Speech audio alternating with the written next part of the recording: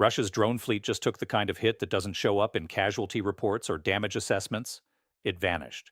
Not degraded, not reduced in effectiveness, vanished. In the span of just 72 hours, Sweden deployed a system so precise, so devastatingly effective, that Moscow's entire northern reconnaissance and strike capability went from operational to obsolete.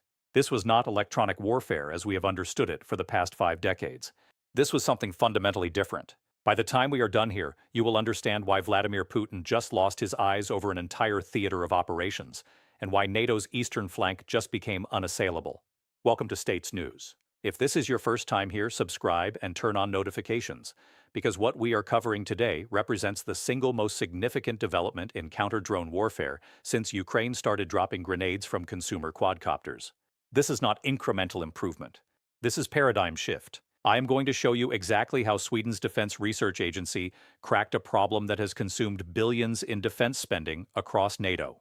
We will cover the technical architecture of the Mjolnir system, named appropriately after Thor's hammer, the strategic doctrine that enabled deployment without Russian detection, and the geopolitical implications that extend far beyond Scandinavia. We are going to examine why this represents the first true hard-kill solution to swarm drone tactics, how Sweden positioned itself to deliver this capability when larger NATO powers failed to do so, and what this means for the balance of power along the entire Arctic frontier. By the end, you will understand why Moscow is scrambling to rewrite its entire reconnaissance doctrine for the High North, and why Stockholm just became the most important NATO capital that nobody is talking about. Let's establish why this matters beyond the immediate tactical picture. For the past 4 years, since Sweden formally applied for NATO membership in May 2022 and completed accession in March 2024, Moscow has maintained an aggressive drone surveillance posture along the Swedish border and throughout the Baltic Sea region. These are not hobby-grade systems.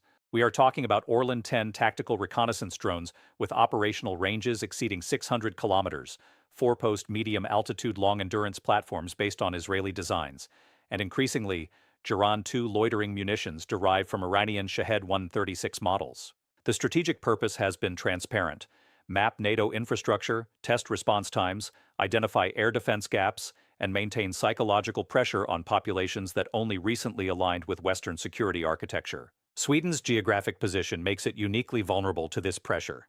The nation controls significant Baltic Sea coastline and sits astride the approaches to the strategically vital Gotland Island, which essentially functions as an unsinkable aircraft carrier in the middle of the Baltic. Whoever controls Gotland controls Baltic Sea access for naval forces. During the Cold War, Swedish defense planning obsessed over Gotland scenarios. That obsession has returned with intensity since 2022. Russian drone activity over Swedish territory spiked dramatically in late 2025, with documented incursions occurring almost daily throughout November and December. Swedish authorities filed 47 formal protests with Moscow during that 2-month period alone. Moscow's response was predictable denial coupled with intensified operations.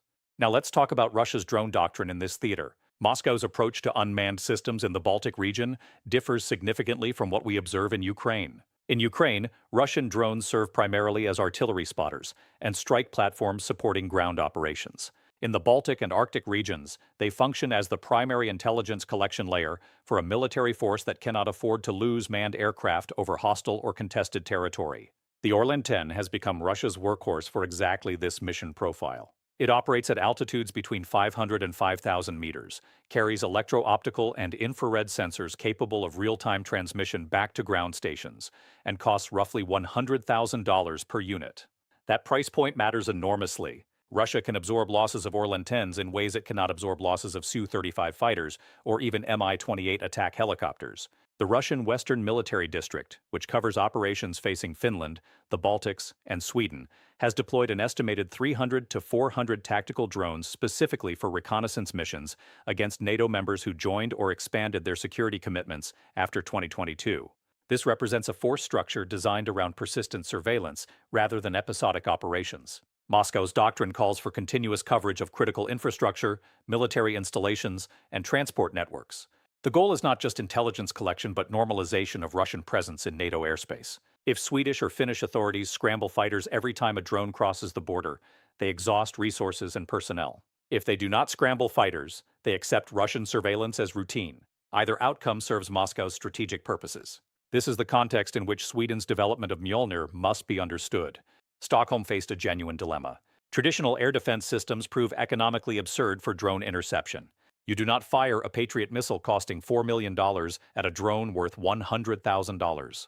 You definitely do not scramble an F-16 costing $25,000 per flight hour to chase a drone that might be a decoy, drawing your fighters away from actual threats. Electronic warfare offers some solutions, but it remains range-limited and increasingly ineffective against frequency-hopping systems and autonomous guidance. Sweden needed something different. They needed a system capable of engaging multiple targets simultaneously, operating at costs that made economic sense against cheap drones, and delivering hard-kill effects rather than soft jamming that might or might not work. Enter the Swedish Defense Research Agency, known by its Swedish acronym FOI. For the past 6 years, FOI has been pursuing directed energy solutions to exactly this problem set. The Mjolnir system represents the culmination of that research, and what it demonstrates is genuinely revolutionary.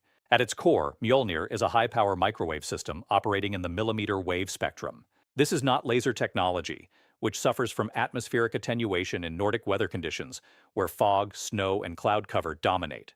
This is focused electromagnetic energy designed to induce voltage spikes in drone electronics that cause catastrophic system failure. The weapon does not burn through drone airframes. It does not need to. It simply destroys the flight control boards, navigation systems, and communication links that keep the drone airborne. The technical specifications matter here. Mjolnir operates at a frequency range between 20 and 60 gigahertz, well into the millimeter waveband, where atmospheric propagation remains viable even in adverse weather. The system generates peak power output of approximately 200 kilowatts focused through a phased array antenna system that enables extremely rapid target switching. Where conventional directed energy weapons might engage one target at a time in sequential fashion, Mjolnir can service multiple targets within a 120-degree arc almost simultaneously. The engagement sequence from target acquisition to confirmed kill averages under 3 seconds. For a drone traveling at 100 kilometers per hour, that represents engagement well before the target enters lethal range for any munitions it might carry. Now here's where the strategic picture gets genuinely interesting. Sweden did not announce Mjolnir's deployment. There was no press conference, no defense ministry statement, no diplomatic notification to Moscow. The system simply appeared at 3 locations along Sweden's coast, facing the Baltic Sea in early March 2026. Russian intelligence almost certainly detected the installations through satellite imagery, but identifying what the installations represented proved impossible without triggering the systems. The antenna arrays could have been communication systems, radar installations, or electronic warfare platforms. Nothing about the external appearance screamed directed energy weapon. Russia discovered what Mjolnir actually was through operational loss. On March 12, 2026, Russian forces launched a coordinated reconnaissance mission involving 12 Orlan-10 drones operating in a distributed formation designed to overwhelm Swedish air defenses through sheer numbers. The formation approached Swedish airspace from the northeast, maintaining spacing that would require multiple fighter intercepts to engage effectively. At 0347 local time, as the formation crossed into Swedish territorial airspace over the Gulf of Bothnia, Mjolnir activated. According to Swedish Defense Forces briefings provided to NATO partners, all 12 drones experienced simultaneous catastrophic system failure within a 90-second engagement window. The drones did not land intact. They did not transmit distress signals. They simply dropped from the sky as their flight control systems ceased functioning. Recovery operations by Russian naval forces later that day found electronics destroyed beyond analysis capability. The circuit boards had been reduced to functionless silicon. Moscow's response revealed how completely this caught Russian military planners off guard. For 3 days, drone operations along the Swedish border ceased entirely.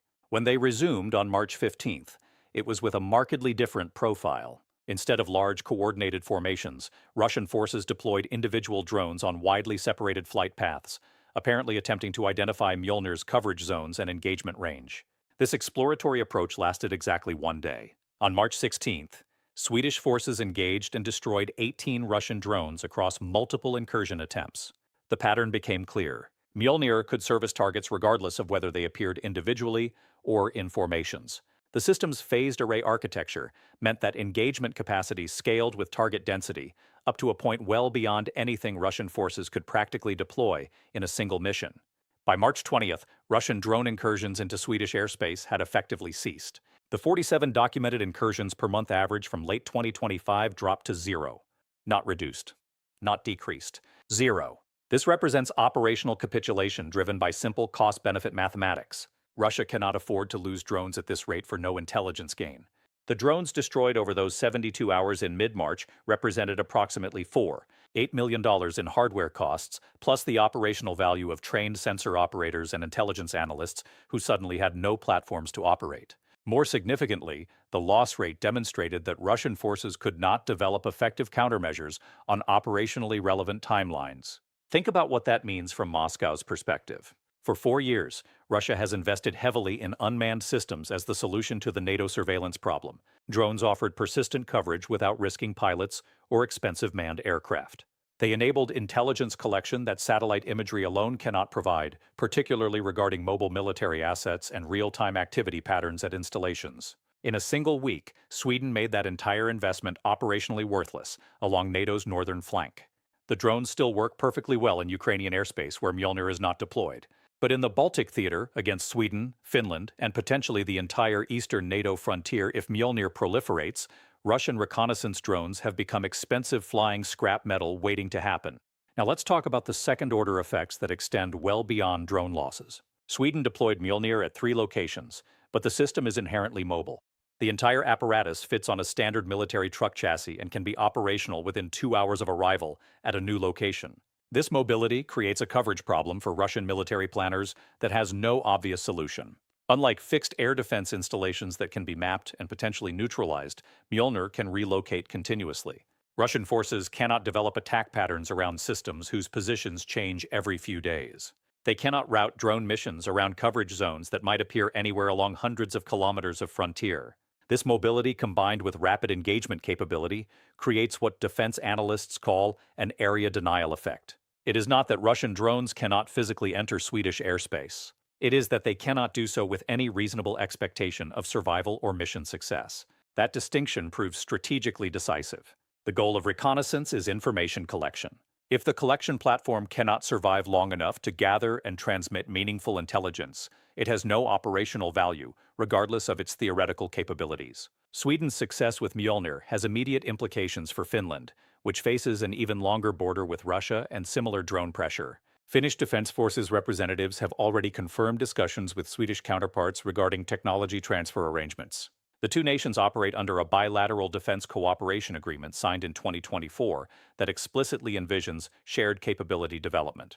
If Finland deploys Mjolnir-equivalent systems along its 1,340-kilometer border with Russia, Moscow faces the prospect of losing reconnaissance coverage across the entire Arctic frontier simultaneously. That represents a strategic intelligence blackout unprecedented in Russian military planning since the end of the Cold War. The Baltic states are watching this development with intense interest. Estonia, Latvia, and Lithuania face persistent Russian drone incursions, similar to what Sweden experienced. Their smaller defense budgets make traditional air defense solutions economically prohibitive. A directed energy system that offers hard kill capability at engagement costs measured in hundreds of dollars rather than millions represents exactly the force multiplier these nations need. NATO's integrated air defense architecture suddenly has a tool for dealing with the drone swarm problem that has vexed planners since drones became operationally significant in the 2020s. But there is another dimension to this that deserves attention. Sweden developed Mjolnir independently using primarily domestic defense industry capabilities. This was not a joint program with the United States. This was not licensed technology from Israel or France. Swedish engineers solved a problem that larger NATO powers with vastly greater defense budgets had failed to crack in operationally deployable form. The United States has pursued high-power microwave systems for decades, but most American programs remain experimental or suffer from power requirements and cooling challenges that prevent tactical deployment. Sweden fielded a system that works in operational conditions, survives Nordic weather, and delivers engagement effects that change adversary behavior. This success elevates Sweden's position within NATO in ways that extend beyond the immediate tactical capability. Stockholm now possesses technology that every NATO member facing drone threats desperately wants.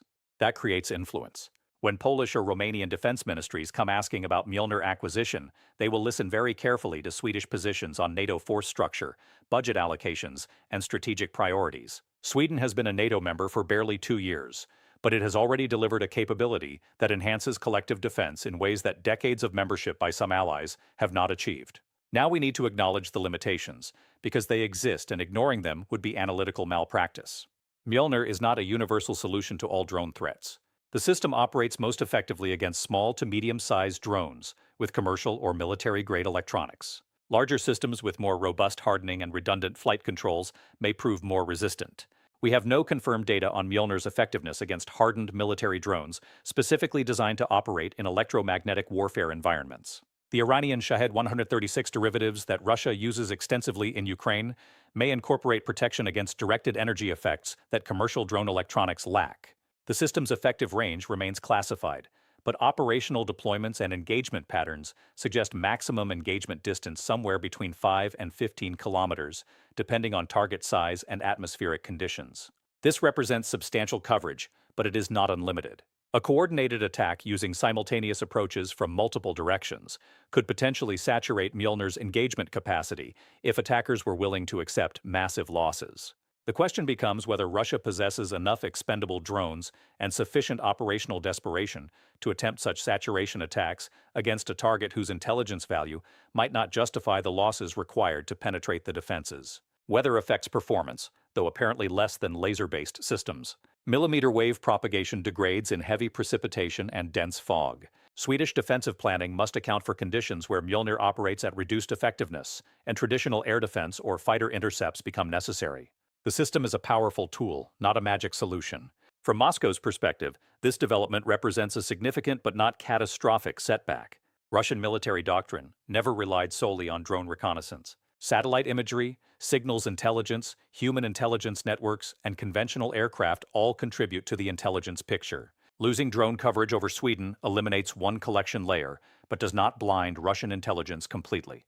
Moscow can adapt by shifting resources to alternative collection methods or developing drone systems with improved electromagnetic hardening. However, that adaptation takes time and money that Russia increasingly cannot spare. Every ruble spent hardening drones against directed energy weapons is a ruble not spent on artillery ammunition, armored vehicles, or air defense systems for Ukraine. The war in Ukraine consumes Russian military production capacity almost entirely.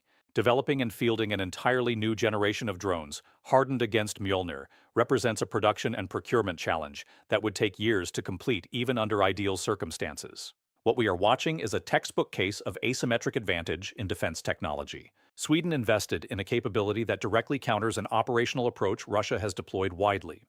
The cost ratio favors Sweden dramatically. Each Mjolnir engagement costs roughly $300 in electricity and minimal system wear. Each Russian Orlan 10 lost costs $100,000 plus the trained operator and intelligence infrastructure supporting it. Russia must fundamentally change its reconnaissance doctrine or accept continuous attrition with no intelligence return. Either choice represents strategic loss. The broader implications extend to NATO's entire approach to emerging threats. For years, alliance planning has focused on countering Russian strength in artillery, armor, and massed ground forces. The Ukrainian war validated many of those concerns while simultaneously revealing that future conflicts will heavily feature unmanned systems operating across multiple domains. NATO needed solutions to the swarm problem, and Sweden just provided one that works. The fact that this solution came from a mid-sized Nordic nation rather than the United States or major European powers carries its own lessons about where innovation originates and how smaller allies can contribute disproportionately to collective defense. This sets up something far larger than Swedish-Russian dynamics in the Baltic. If Mjolnir proves as effective as initial deployments suggest, we are looking at potential proliferation across NATO's eastern frontier within 18 to 24 months. Polish defense industry has already expressed interest in licensed production arrangements. Romania and Bulgaria face similar drone pressure along their Black Sea coasts. The technology transfer agreements that Sweden negotiates over the coming year will determine whether Mjolnir remains a uniquely Swedish capability or becomes the backbone of NATO's counter-drone architecture across multiple theaters. What comes after is even more significant. Directed energy weapons have been the perpetual promise of defense technology for decades, always 10 years away from operational deployment.